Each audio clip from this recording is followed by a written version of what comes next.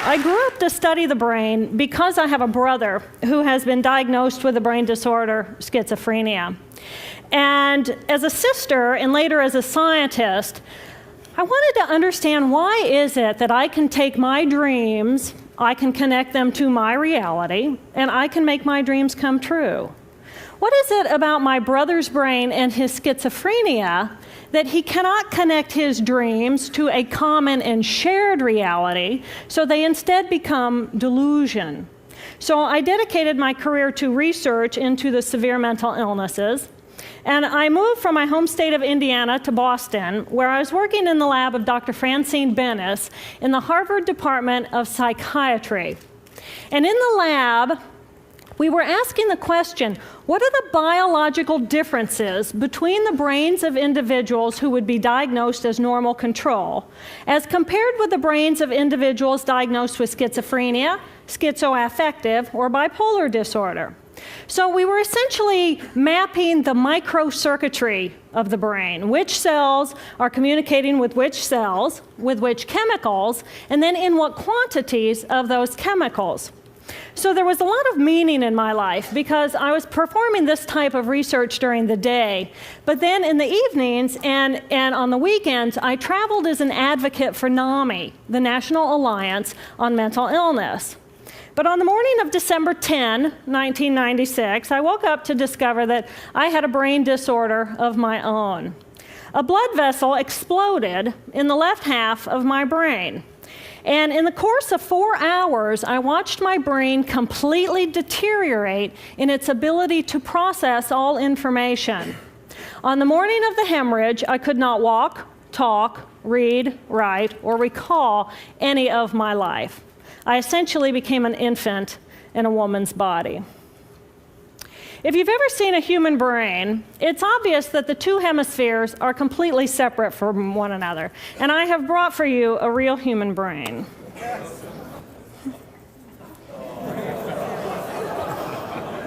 Thank you.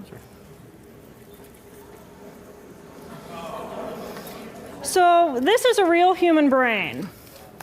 This is the front of the brain, the back of the brain with the spinal cord hanging down. And this is how it would be positioned inside of my head.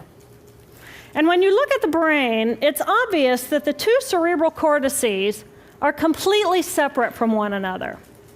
For those of you who understand computers, our right hemisphere functions like a parallel processor, while our left hemisphere functions like a serial processor. The two hemispheres do communicate with one another through the corpus callosum, which is made up of some 300 million axonal fibers. But other than that, the two hemispheres are completely separate. Because they process information differently, each of our hemispheres think about different things, they care about different things, and dare I say, they have very different personalities. Excuse me. Thank you. It's been a joy. Our right human hemisphere is all about this present moment. It's all about right here, right now. Our right hemisphere, it thinks in pictures, and it learns kinesthetically through the movement of our bodies. Information in the form of energy streams in simultaneously through all of our sensory systems, and then it explodes into this enormous collage of what this present moment looks like, what this present moment smells like and tastes like, what it feels like, and what it sounds like. I am an energy being connected to the energy all around me through the consciousness of my right hemisphere. We are energy beings connected to one another through the consciousness of our right hemispheres as one human family. And right here, right now, we are brothers and sisters on this planet, here to make the world a better place. And in this moment, we are perfect, we are whole, and we are beautiful. my left hemisphere, our left hemisphere, is a very different place.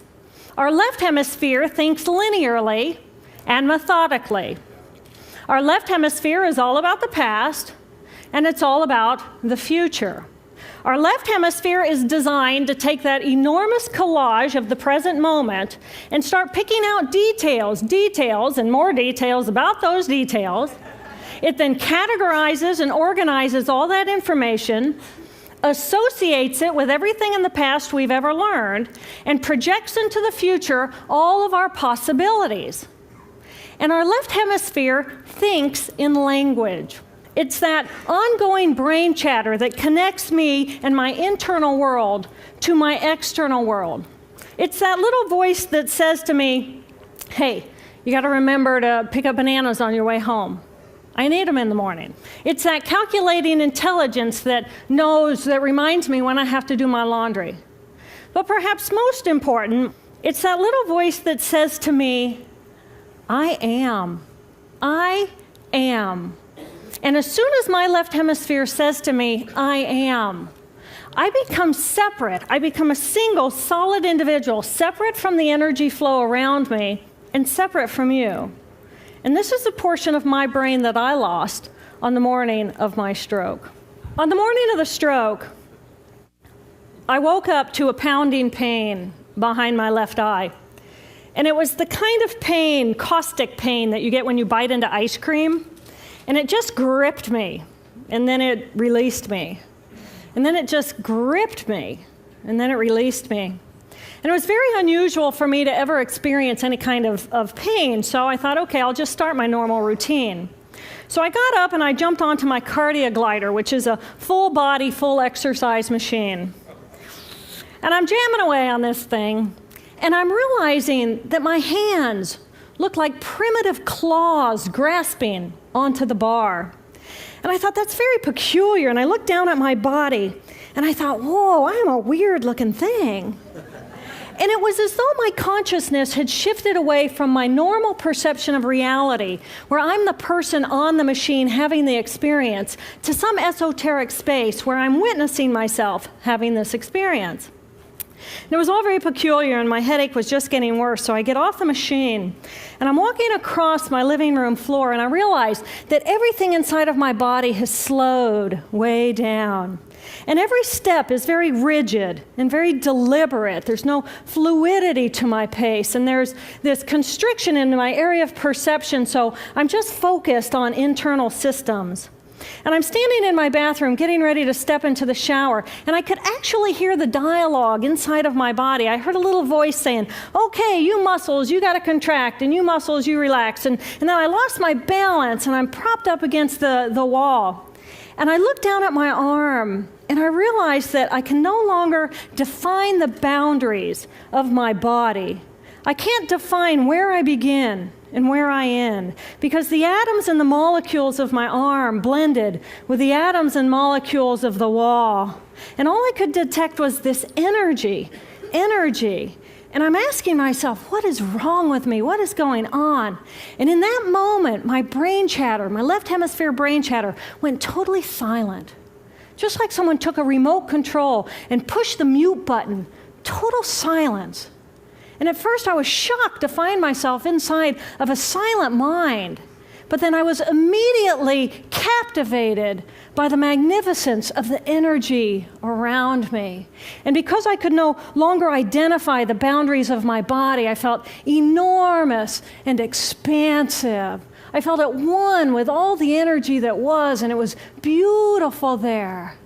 And then all of a sudden, my left hemisphere comes back online, and it says to me, hey, we got a problem, we got to get some help. And I'm going, oh, I got a problem.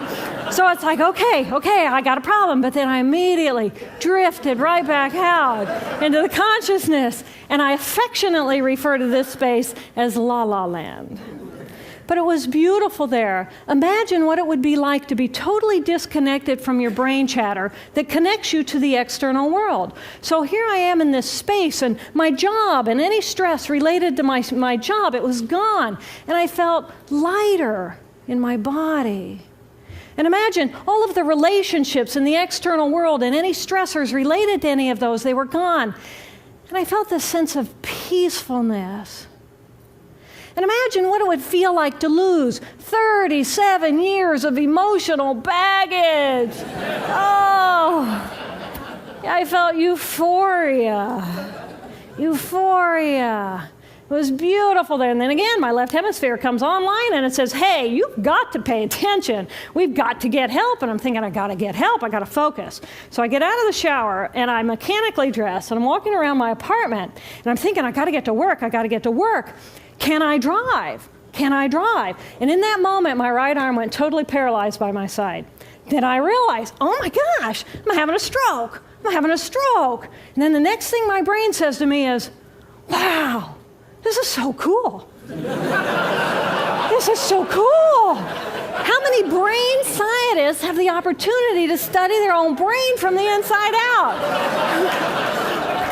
And then it crosses my mind, but I'm a very busy woman. I don't have time for a stroke.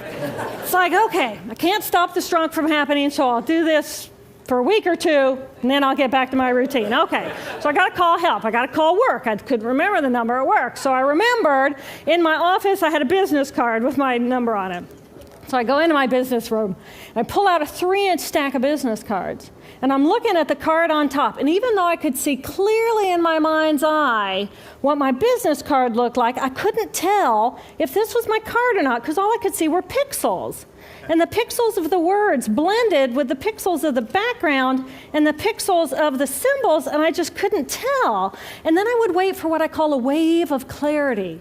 And in that moment, I would be able to reattach to normal reality. And I could tell, that's not the card, that's not the card, that's not the card. It took me 45 minutes to get 1 inch down inside of that stack of cards. In the meantime, for 45 minutes, the hemorrhage is getting bigger in my left hemisphere. I do not understand numbers. I do not understand a telephone, but it's the only plan I have. So I take the phone pad and I put it right here. I take the business card, I put it right here, and I'm matching the shape of the squiggles on the card to the shape of the squiggles on the phone pad. But then I would drift back out into la la land and not remember if when I come back if I'd already dialed those numbers. So I had to wield my paralyzed arm like a stump and cover the numbers as I went along and push them so that as I would come back to normal reality, I'd be able to tell, yes, I've already dialed that number. Eventually, the whole number gets dialed, and I'm listening to the phone, and my colleague picks up the phone, and he says to me, and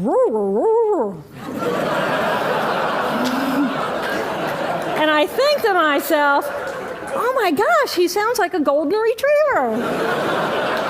And so I say to him, clear in my mind, I say to him, this is Jill, I need help. And what comes out of my voice is, and I think, oh my gosh, I sound like a golden retriever. So I didn't know that I couldn't speak or understand language until I tried. So he recognizes that I need help, and he gets me help. And a little while later, I'm riding in an ambulance from one hospital across Boston to Mass General Hospital. And I curl up into a little fetal ball. And just like a balloon with the last bit of air just right out of the balloon, I just felt my energy lift and I felt my spirit surrender. And in that moment, I knew that I was no longer the choreographer of my life. And either the doctors rescue my body and give me a second chance at life, or this was perhaps my moment of transition. When I woke later that afternoon, I was shocked to discover that I was still alive.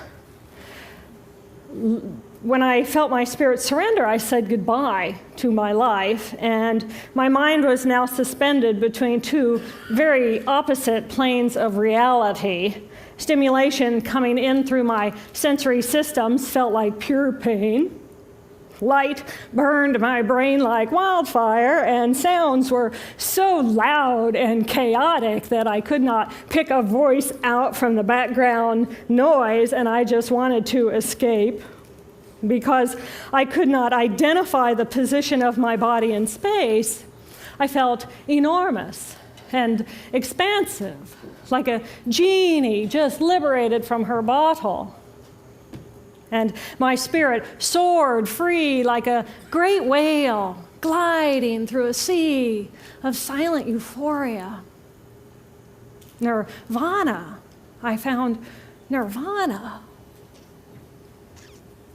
And I remember thinking there's no way I would ever be able to squeeze the enormousness of myself back inside this tiny little body. But then I realized, but I'm still alive. I'm still alive, and I have found nirvana. And if I have found nirvana and I'm still alive, then everyone who is alive can find nirvana. And I pictured a world filled with beautiful, peaceful, compassionate, loving people who knew that they could come to this space at any time and that they could purposely choose to step to the right of their left hemispheres and find this peace. And then I realized what a tremendous gift this experience could be. What a stroke of insight this could be to how we live our lives. And it motivated me to recover. 2.5 weeks after the hemorrhage, the surgeons went in and they removed a blood clot the size of a golf ball that was pushing on my language centers. Here I am with my mama, who's a true angel in my life. It took me 8 years to completely recover. So, who are we? We are the life force power of the universe with manual dexterity and 2 cognitive minds. And we have the power to choose moment by moment who and how we want to be in the world. Right here, right now, I can step into the consciousness of my right hemisphere where we are. I am the life force power of the universe. I am the life force power of the 50 trillion beautiful molecular geniuses that make up my form, at one with all that is. Or I can choose to step into the consciousness of my left hemisphere, where I become a single individual, a solid, separate from the flow, separate from you. I am Dr. Jill Bolte Taylor, intellectual, neuroanatomist. These are the we inside of me. Which would you choose? Which do you choose? And when? I believe that the more time we spend choosing to run the deep inner peace circuitry of our right hemispheres, the more peace we will project into the world, and the more peaceful our planet will be. And I thought that was an idea worth spreading. Thank you.